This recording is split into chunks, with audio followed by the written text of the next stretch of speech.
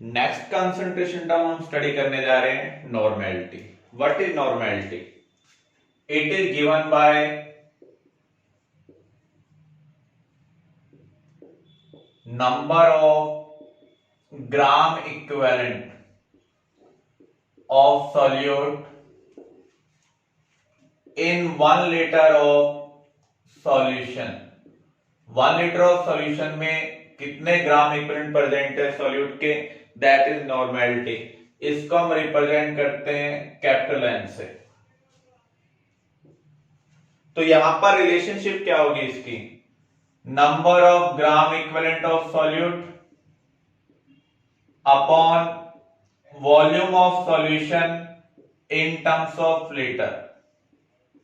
अब हम number of gram equivalent कैसे कैलकुलेट करेंगे? नंबर ऑफ ग्राम इक्विवेलेंट हम कैसे निकालते हैं? Given mass by equivalent mass. Given mass by equivalent mass.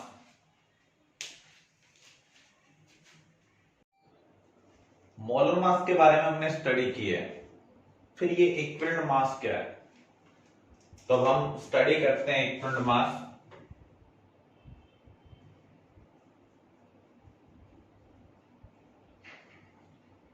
Equivalent mass क्या है?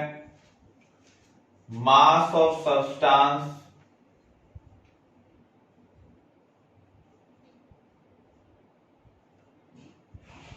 corresponding to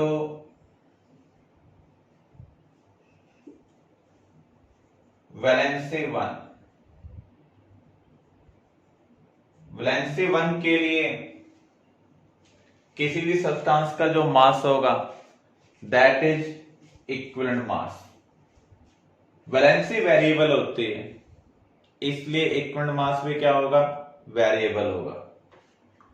इक्विवेलेंट मास की एग्जैक्ट डेफिनेशन की अगर हम बात करें तो क्या है?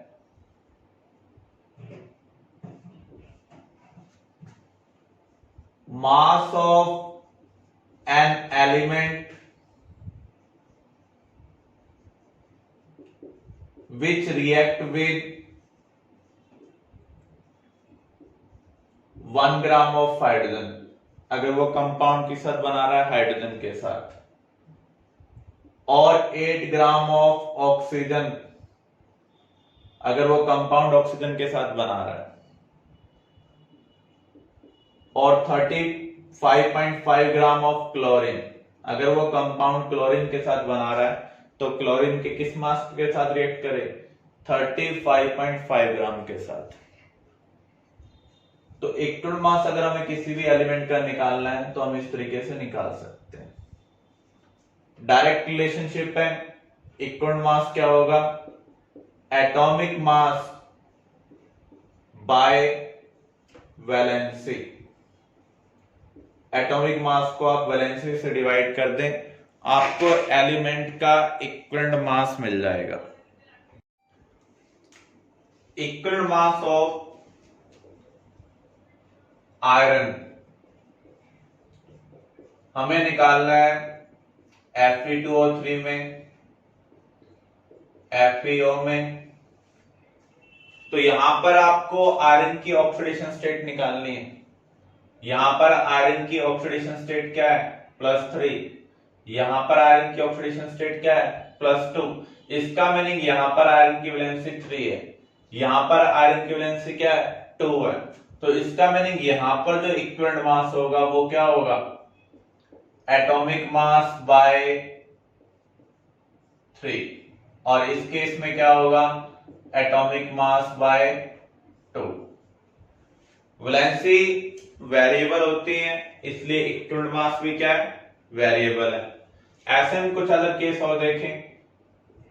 हमें ऑक्सीजन का इक्विवेलेंट मास निकालना है H2O में और H2O2 में। यहां ऑक्सीजन के पास -2 है, यहां ऑक्सीजन के पास -1 है। तो यहां पर हम इक्विवेलेंट मास निकालने के लिए एटॉमिक मास को किससे डिवाइड करेंगे? 2 से डिवाइड करेंगे। यहां पर किससे डिवाइड करेंगे? एटॉमिक मास को 1 से डिवाइड करेंगे, क्योंकि यहां पर ऑक्सीजन की वैलेंसी अलग है। तो किसी भी एलिमेंट का इक्वल मास निकालना हो तो आप क्या कर सकते हैं, atomic mass divided by valency.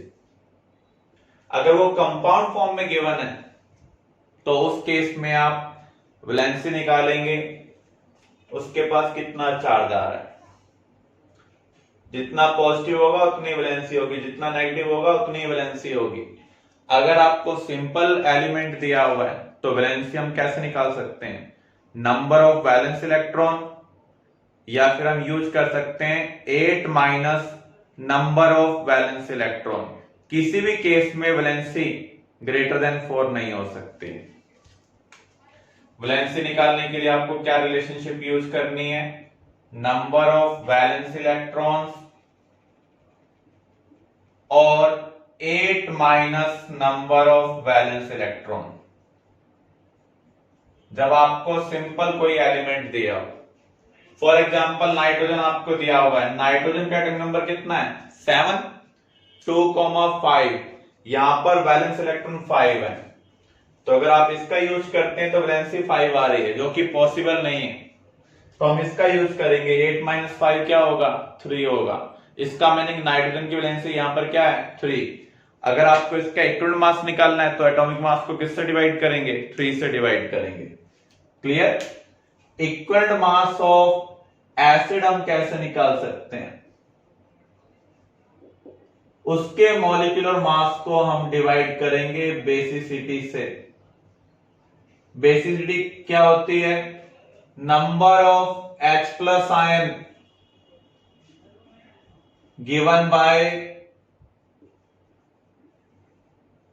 Acid. एक एसिड हमें कितने H प्लस आयन दे रहा है उतनी उसकी बेसिसिटी होगी। फॉर एग्जांपल हाइड्रोक्लोरिक एसिड, ये एक ही H प्लस आयन दे सकता है तो इसकी बेसिसिटी क्या है 1 है। सल्फ्यूरिक एसिड कितने H प्लस आयन दे सकता है 2, तो इसकी बेसिसिटी क्या है 2 है।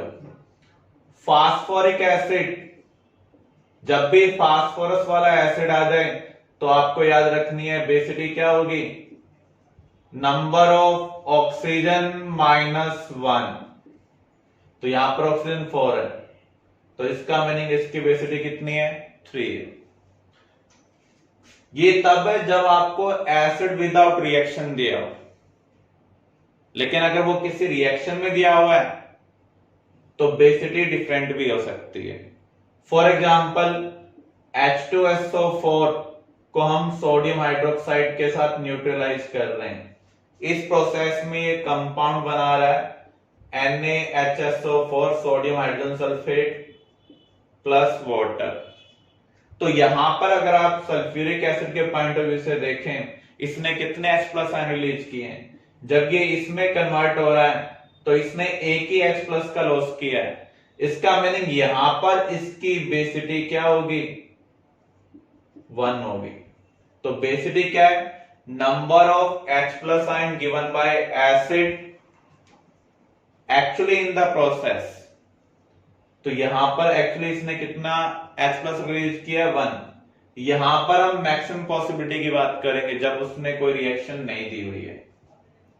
Clear.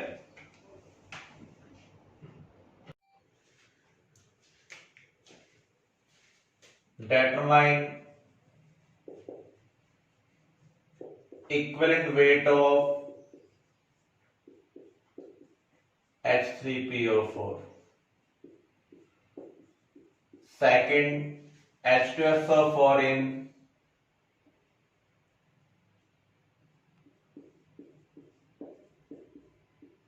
this reaction.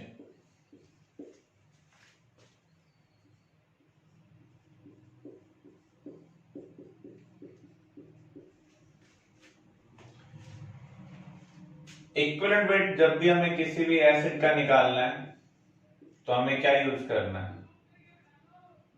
Molecular mass by basicity. पहले केस में आप मॉलिक्यूलर मास कैलकुलेट करें, हाइड्रोजन का atomic mass 1, phosphorus 31, oxygen 16, solve करते हैं तो आपको मिल रहा है 98। ये कितने H प्लस आयन दे सकता है फास्फोरस एसिड के लिए हम कैसे निकालेंगे, नंबर ऑफ ऑक्सीजन -1, तो यहां पर 3 आ जाएगा। तो यहां पर पहले केस में इक्विवेलेंट मास है 98/3। सेकंड केस में अगर हम देखें रिएक्शन दी हुई है, इस रिएक्शन में सल्फ्यूरिक एसिड कितने H+ आयन दे रहा है, H2SO4 किस में कन्वर्ट हो रहा है, सोडियम सल्फेट में। इस प्रोसेस में ये दोनों H+ आयन रिलीज कर रहा है, इसलिए यहां पर आप देख सकते हैं दोनों H+ की जगह दोनों क्या आ रहे हैं, सोडियम आ रहे हैं। तो यहां पर इसकी बेसिटी कितनी होगी, 2 होगी। H2SO4 का मॉलिक्यूलर मास कैलकुलेट करें, ये भी 98 ही आ रहा है, इसकी बेसिटी 2 है, तो आपका आंसर क्या आएगा, 49। इक्विवेलेंट वेट ऑफ बेस हम कैसे कैलकुलेट कर सकते हैं, molecular mass divided by acidity. Acidity क्या होती है, number of OH negative given by base. एक बेस मॉलिक्यूल आपको कितने OH नेगेटिव आयन दे सकता है। जैसे हमें इक्विवेलेंट वेट निकालना है कैल्शियम हाइड्रोक्साइड का, तो इसके मॉलिक्यूलर मास को हम किससे डिवाइड करेंगे, 2 से डिवाइड करेंगे। इसका मॉलिक्यूलर मास कितना है, कैल्शियम का है 14, ऑक्सीजन 16, हाइड्रोजन 1, कैलकुलेट कर रहे हैं तो आपको मिल रहा है 74। तो यहां पर इक्विवेलेंट वेट क्या है, 37 है for this. Equivalent weight of salt हम कैसे कैलकुलेट कर सकते हैं, किसी भी साल्ट के लिए अगर आपको इक्विवेलेंट वेट कैलकुलेट करना है तो हम क्या करेंगे, फार्मूला मास को, जो आयनिक सब्सटेंस होता है, केटायन और अनायन को मिलाकर जो एक यूनिट बनती है उसे हम बोलते हैं फार्मूला यूनिट, इसलिए हम यहां पर फार्मूला मास लिख रहे हैं, डिवाइडेड बाय टोटल पॉजिटिव और नेगेटिव चार्ज। या तो हम सिर्फ पॉजिटिव चार्ज को देखेंगे या सिर्फ नेगेटिव चार्ज को देखना है, मैग्नीट्यूड को देखना है, क्योंकि मास कभी भी नेगेटिव नहीं होता। Equivalent weight of calcium phosphate हमें निकालना है। अब आपको कैल्शियम फॉस्फेट का फार्मूला बताना चाहिए। कैल्शियम होता है +2, फॉस्फेट PO4 3 नेगेटिव। अब हमें चार्ज को बैलेंस करना है, जितना पॉजिटिव होगा उतना ही क्या होना चाहिए, नेगेटिव। बैलेंस करने के लिए मुझे कैल्शियम की 3 यूनिट चाहिए, फॉस्फेट की 2 यूनिट, तो हमारी जो फार्मूला यूनिट बन रही है वो क्या बन रही है, Ca3PO4 ट्वाइस। तो यहां पर टोटल पॉजिटिव कितना है, एक यूनिट के पास 2 है, 3 यूनिट के पास क्या होगा, 6 होगा। तो यहां पर हम फार्मूला मास को किससे डिवाइड करेंगे, 6 से डिवाइड करेंगे। Clear. Equivalent weight of reducing और ऑक्सीडाइजिंग एजेंट हम कैसे कैलकुलेट कर सकते हैं, molecular mass divided by number of electrons involve in reduction और ऑक्सीडेशन। कितने इलेक्ट्रॉन की इन्वॉल्वमेंट है रिडक्शन में, ऑक्सीडेशन में, वो हमें देखना होगा। इसका यूज कर हम किसी भी रिड्यूसिंग और ऑक्सीडाइजिंग एजेंट का इक्विवेलेंट मास निकाल सकते हैं।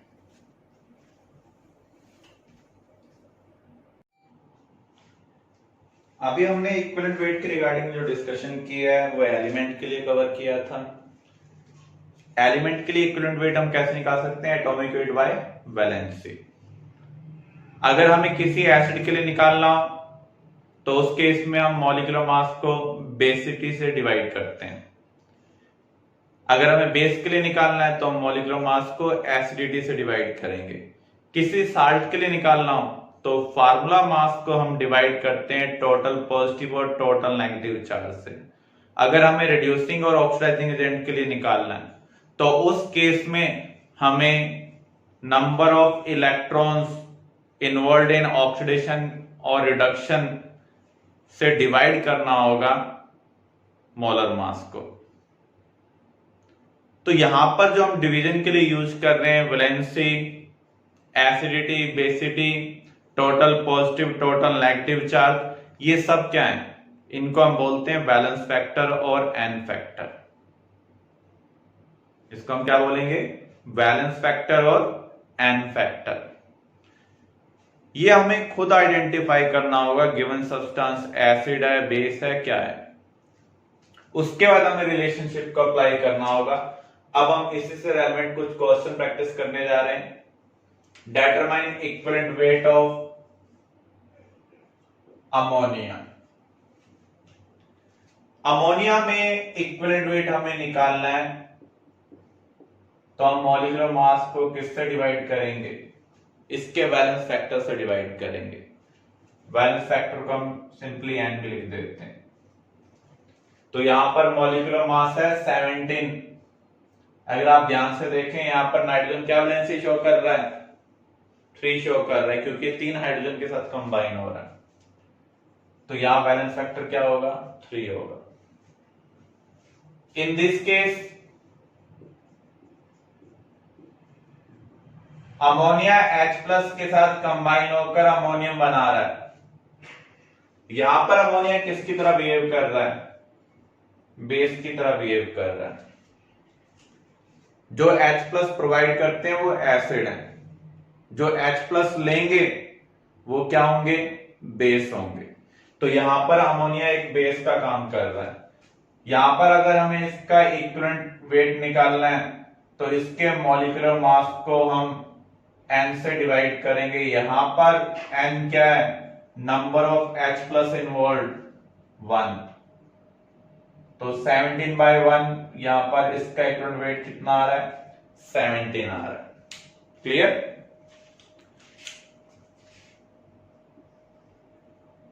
अब हमें इक्विवेलेंट वेट निकालना है H3PO4 का इन दिस रिएक्शन।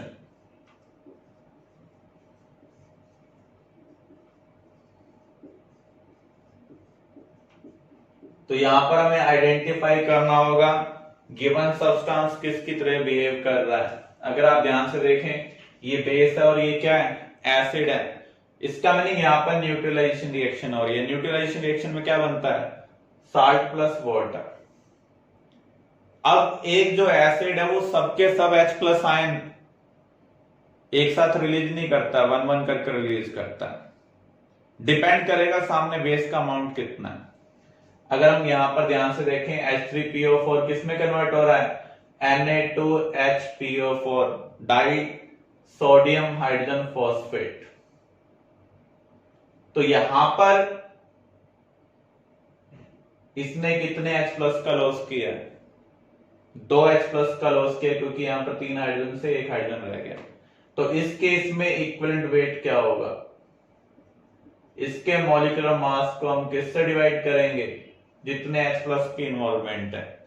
यहां पर 2 H+ की इन्वॉल्वमेंट है, तो यहां मॉलिक्यूलर मास H3PO4 का अगर हम कैलकुलेट करें, हाइड्रोजन का एटॉमिक मास 1, फास्फोरस 31, ऑक्सीजन 16, तो ये आपको मिल रहा है 98/2 मींस 49।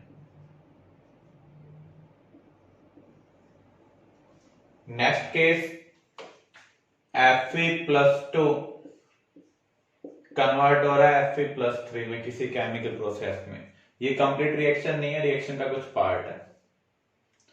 तो यहां पर अगर आप ध्यान से देखें इसका चार्ज +2 से +3 में कन्वर्ट हो रहा है। जब भी ऑक्सीडेशन स्टेट चेंज होती है तो उस प्रोसेस को हम क्या बोलते हैं, रेडॉक्स प्रोसेस। हमें इसका इक्विवेलेंट वेट निकालना है, तो इक्विवेलेंट वेट क्या होगा, जो भी इसका मास है, जैसे आयरन का एटॉमिक मास कितना है 56। यहां पर कितने इलेक्ट्रॉन की इन्वॉल्वमेंट है, +2 से +3 में गए तो यहां पर 1 इलेक्ट्रॉन की इन्वॉल्वमेंट होगी। तो इसलिए इसका इक्वल मास कितना होगा, 56 होगा। Clear. Next case, KMnO4 convert हो रहा है Mn+2 में। हमें रिएक्शन की टाइप को आइडेंटिफाई करना होगा। क्या ये न्यूट्रलाइजेशन रिएक्शन है? यहां पर कोई भी बेस नहीं दिख रहा है। अब हम यहां पर क्या देख रहे हैं, यहां भी मैग्नीज है और यहां भी मैग्नीज है। ऑक्सीडेशन स्टेट निकाल लें, कैलकुलेट करते हैं। तो मैग्नीज की ऑक्सीडेशन स्टेट क्या आ रही है, +7। +7 से +2, इसका मीनिंग ऑक्सीडेशन स्टेट मैग्नीज की चेंज हो रही है। अगर किसी रिएक्शन में एक भी एलिमेंट की ऑक्सीडेशन स्टेट चेंज होती है तो उसे हम क्या बोलते हैं, रेडॉक्स रिएक्शन बोलते हैं। तो यहां पर ये रेडॉक्स रिएक्शन है। +7 से +2 जाएंगे तो कितने इलेक्ट्रॉन की इन्वॉल्वमेंट है, 5। पॉजिटिव कम हो रहा है तो इसका मीनिंग इलेक्ट्रॉन का गेन हो रहा है। पॉजिटिव इंक्रीज होता तो इलेक्ट्रॉन का क्या होता, लॉस। अब हमें इसका इक्विवेलेंट वेट निकालना है। तो क्या होगा, molecular mass divided by balance factor. यहां पर बैलेंस फैक्टर क्या है, कितने इलेक्ट्रॉन का गेन और लॉस हो रहा है। तो यहां पर 5 इलेक्ट्रॉन का इन्वॉल्वमेंट है, इसलिए हमने मॉलिक्यूलर मास को किससे डिवाइड किया है, 5 से डिवाइड किया है। K2Cr2O7 कन्वर्ट हो रहा है क्रोमियम ट्राइपॉजिटिव में। यहां पर भी आप देखें, इधर भी क्रोमियम है और इधर भी क्या है, क्रोमियम। यहां पर कोई हमें एसिड बेस दिखाई नहीं दे रहा कि जो न्यूट्रलाइजेशन रिएक्शन को शो करे। अदर पॉसिबिलिटी किसकी रहेगी, रेडॉक्स की रहेगी। तो यहां पर हम ऑक्सीडेशन स्टेट कैलकुलेट करते हैं तो आपको मिल रही है +6। +6 से +3 कितने इलेक्ट्रॉन की इन्वॉल्वमेंट है, 3 इलेक्ट्रॉन की इन्वॉल्वमेंट है। लेकिन इस कंपाउंड में कितने क्रोमियम है, 2 क्रोमियम है, इसलिए इलेक्ट्रॉन कितने इन्वॉल्व होंगे, 2 into 3, 6 इलेक्ट्रॉन की इन्वॉल्वमेंट होगी। यहां पर एक ही मैग्नीज था, एक मैग्नीज के लिए 5 इलेक्ट्रॉन की इन्वॉल्वमेंट है। यहां पर कितने क्रोमियम है, 2। आपको पता है ऑक्सीडेशन स्टेट क्या होता है, चार्ज ऑन सिंगल एटम। तो एक क्रोमियम के लिए 3 इलेक्ट्रॉन की इन्वॉल्वमेंट है, 2 क्रोमियम के लिए 6 की इन्वॉल्वमेंट होगी। तो इस केस में इक्विवेलेंट वेट क्या होगा, मॉलिक्यूलर मास बाय 6।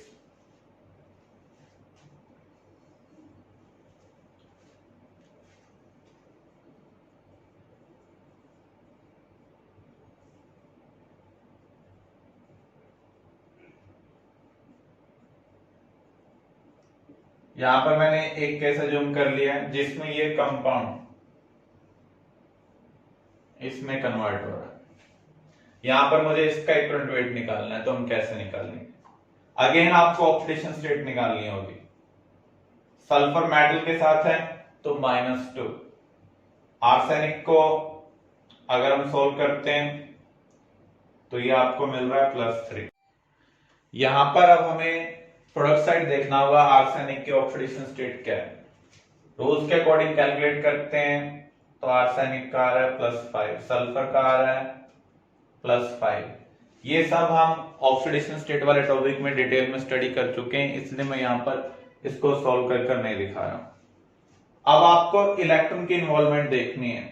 एक आर्सेनिक के लिए +3 से +5 2 का डिफरेंस है, तो 2 आर्सेनिक के लिए कितने इलेक्ट्रॉन की इन्वॉल्वमेंट होगी, 2 into 2, 4 इलेक्ट्रॉन की इन्वॉल्वमेंट होगी। ऐसे अगर हम यहां पर देखें, सल्फर कितने हैं, 3।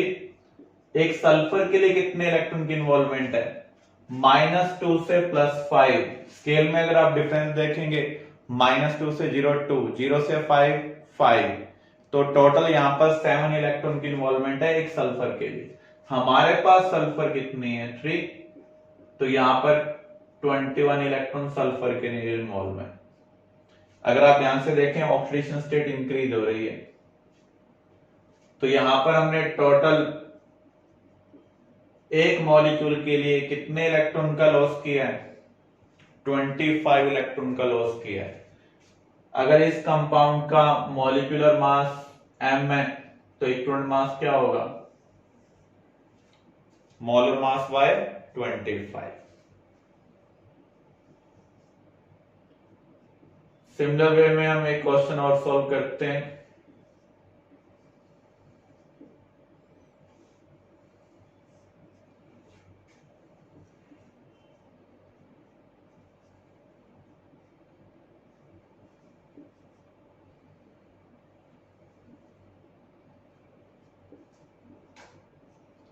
यहां पर इस कंपाउंड का इक्विवेलेंट वेट क्या होगा। तो यहां पर हमें ऑक्सीडेशन स्टेट कैलकुलेट करनी है। Fe के जो कर लो x है। साइनाइड के पास चार्ज कितना होता है -1। साइनाइड आयन को हम लिखते हैं Cn नेगेटिव। तो 6 इंटू -1 ओवरऑल क्या आ रहा है -3। तो इसका मीनिंग आयरन की ऑक्सीडेशन स्टेट यहां पर +3 है। तो आयरन यहां पर भी +3 और इधर भी क्या है +3 है। अब साइनाइड में आपको कार्बन के लिए निकालना है। तो यहां पर साइनाइड के स्ट्रक्चर हम देखते हैं। साइनाइड के स्ट्रक्चर क्या है, कार्बन हाइड्रोजन ट्रिपल बॉन्ड और यहां कार्बन के पास नेगेटिव है। अब आप ध्यान से देखें, कार्बन और नाइट्रोजन में से ज्यादा पावरफुल कौन है, जो टेबल में राइट साइड में लाई करेगा वो पावरफुल होगा। ये राइट साइड में लाई करता है। तो इसका मीनिंग नाइट्रोजन के पास जो चार्ज आएगा वो क्या आएगा -3 आएगा। अब हमें कार्बन के पास निकालना है। आप कार्बन के लिए y एज्यूम कर लें। y -3 ओवरऑल क्या है -1। सोल्व कर रहे हैं तो y की वैल्यू क्या आ रही है +2। तो यहां पर कार्बन की ऑक्सीडेशन स्टेट क्या है +2 है, नाइट्रोजन की क्या है -3। प्रोडक्ट साइड हम चेक करें तो कार्बन +4, नाइट्रोजन आपको क्या मिल रहा है +5। ये क्लियर है। साइनाइड में कार्बन नाइट्रोजन में ट्रिपल बॉन्ड होता है और आपको पता है जो शेयरिंग वाले इलेक्ट्रॉन है वो मोर इलेक्ट्रोनेगेटिव के लिए कंसिडर किए जाते हैं। तो यहां पर 3 इलेक्ट्रॉन नाइट्रोजन को मिल रहे हैं, इसलिए मैंने नाइट्रोजन के पास -3 लिखा है। कार्बन के लिए मैंने y एज्यूम कर लिया है। तो y -3 equal to overall charge -1। तो y की वैल्यू क्या आ रही है +2 आ रही है। अब हम चेक करते हैं कितने इलेक्ट्रॉन की इन्वॉल्वमेंट है।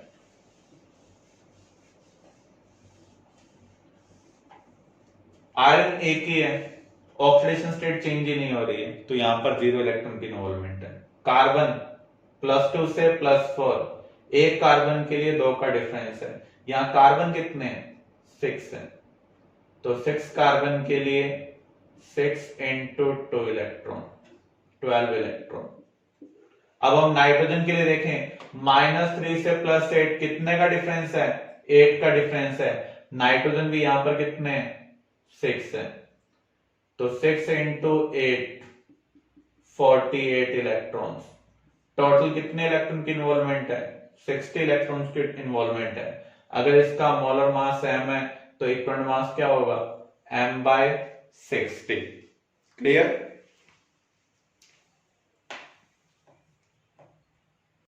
नेक्स्ट केस,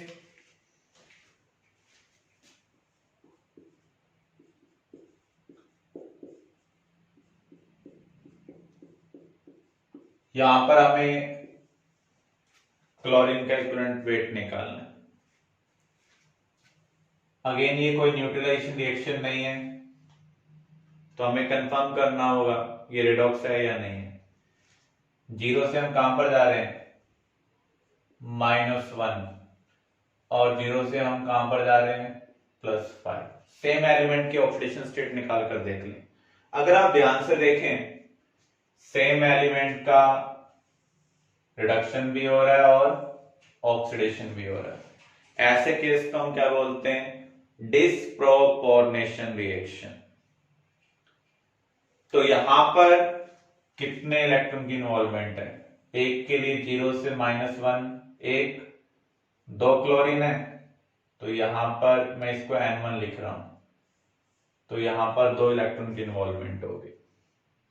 ऐसे अगले केस के साथ रिलेट करें, 0 से +5 की इन्वॉल्वमेंट एक क्लोरीन एटम के लिए, लेकिन यहां क्लोरीन एटम कितने 2, तो N2 यहां पर क्या होगा 10 होगा। तो जब भी डिस्प्रोपोर्शनेशन का केस आ जाए तो एक मॉलिक्यूल को आप रिडक्शन में इन्वॉल्व करेंगे, दूसरे मॉलिक्यूल को ऑक्सीडेशन में। तो यहां पर हमने रिडक्शन ऑक्सीडेशन के इलेक्ट्रॉन कैलकुलेट कर लिए। यहां पर N1 2 है, N2 10 है।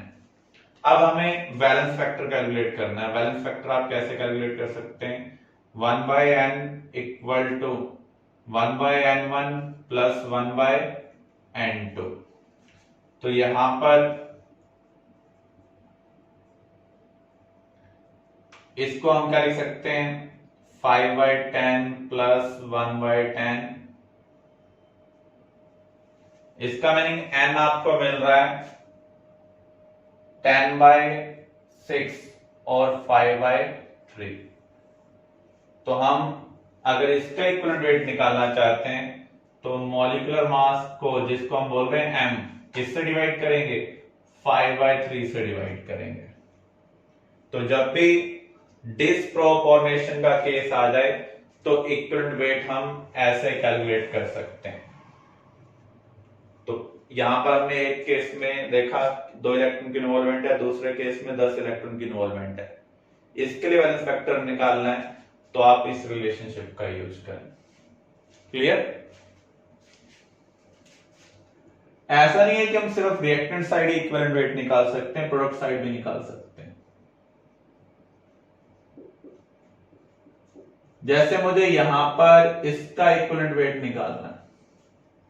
अगेन अगर आप देखें ऑक्सीडेशन स्टेट चेंज हो रही है, यहां पर 0, यहां -1, यहां पर +5। लेकिन जब भी आपको कंपैरिजन करना हो तो रिएक्टेंट टू प्रोडक्ट या फिर प्रोडक्ट टू रिएक्टेंट करेंगे। अगर आप इस क्लोरीन के लिए ऑक्सीडेशन स्टेट देखें, +5 से क्या हो रही है? 0 हो रही है। मैं इधर नहीं देखूंगा क्योंकि ये तो रिएक्टेंट ही है।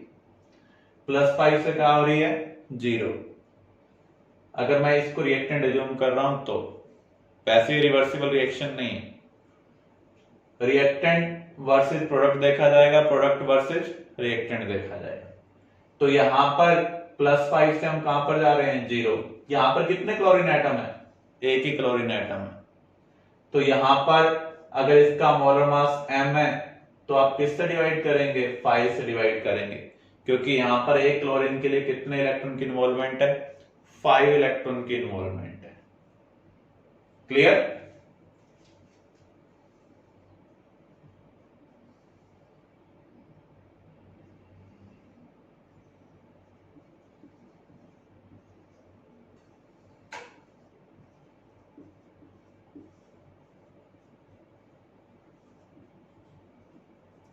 यहां पर हमें सभी का वैलेंस फैक्टर निकालना है। इसका भी, इसका भी, इसका भी और इसका भी। ऑक्सीडेशन स्टेट निकालते हैं। 0, ऑक्सीजन यहां -2 है, सोडियम +1 कैलकुलेट करेंगे। सल्फर के लिए आपको मिल रहा है +2। यहां सोडियम +1, ऑक्सीजन -2, सल्फर के लिए आप कैलकुलेट करते हैं तो आपको मिल रहा है 2.5। सोडियम यहां पर +1, आयोडीन -1। तो हमने सबकी ऑक्सीडेशन स्टेट निकाल लिया अकॉर्डिंग टू रूल्स। तो यहां पर हमें आयोडीन के लिए निकालनी है। 0 से हम कहां पर जा रहे हैं? -1। एक आयोडीन के लिए 1 इलेक्ट्रॉन की इन्वॉल्वमेंट है। 2 आयोडीन के लिए कितने इलेक्ट्रॉन की इन्वॉल्वमेंट होगी? 2 इलेक्ट्रॉन की इन्वॉल्वमेंट होगी। इसका मीनिंग, इसका वैलेंस फैक्टर क्या है? 2। अब इस केस में देखें किसकी ऑक्सीडेशन स्टेट चेंज हो रही है? सल्फर की चेंज हो रही है। +2 से कहां पर हो रही है? 2.5। एक सल्फर के लिए 0.5 का डिफरेंस, 2 सल्फर के लिए 1 का डिफरेंस होगा। तो यहां पर जो वैलेंस फैक्टर है वो क्या होगा? 1 होगा। अब हम इस केस में देखते हैं 2.5 से इधर हम देखें तो क्या है? 2 है सल्फर के लिए, तो 0.5 का डिफरेंस है एक सल्फर के लिए। यहां पर कितने सल्फर हैं? 4। तो 0.5 इंटू 4 क्या होगा? 2 आ जाएगा। अब यहां पर देखें -1 से 0, एक ही आयोडीन है, एक ही इलेक्ट्रॉन की इन्वॉल्वमेंट है। तो यहां पर जो बैलेंस फैक्टर है वो क्या आपको मिल रहा है? 1 मिल रहा है। तो यहां पर इनका जो भी मोलर मास है उसको आप बैलेंस फैक्टर से डिवाइड कर सकते हैं और इक्विवेलेंट वेट कैलकुलेट कर सकते हैं। क्लियर?